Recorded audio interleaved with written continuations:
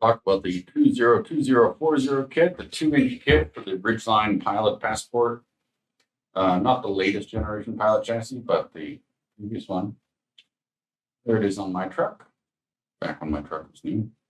Getting into it here, the front parts are these ones in purple. And pretty straightforward, left and right are the same. We have a 2-inch high part that gives you 2 inches of lift in the front. And then this plate here slides back and forth so we can adjust camber. On the newer generation of Ridgelines, the camber is not adjustable with the lower spindle like on the old one. And so when you lift the vehicle, it goes to a positive camber situation, and this lets you correct it. Also for the front, we'll send you a whole bucket full of these 10 mil nuts.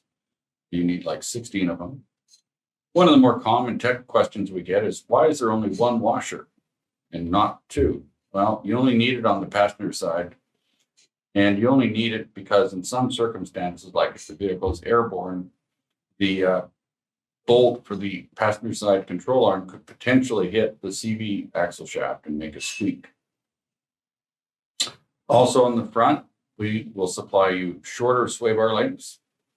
These are approximately 2 inches shorter than the standard sway bar lengths that come in the truck. When we add height with the strut spacer, we have to take away length off the sway bar link to compensate.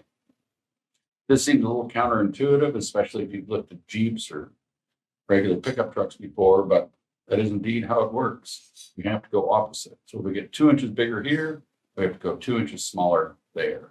For the rear, on the newer chassis, the new Ridgeline chassis, we've got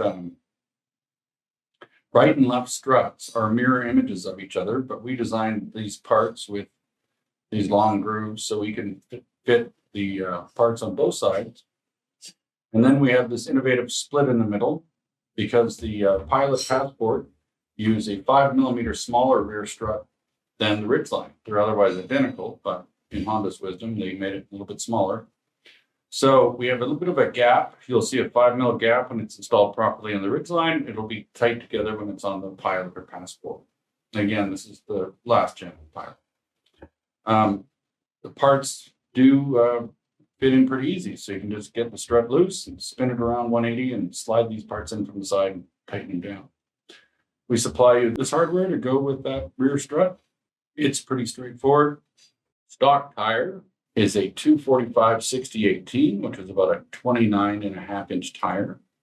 A lot of people are using a 265/60/18 on a stock wheel or a wheel with a 35 mil offset. The popular size that should not rub for you. If you have any other questions that we haven't answered, you can give us a call at 888-660-5892 or email me at sales@traxda.com.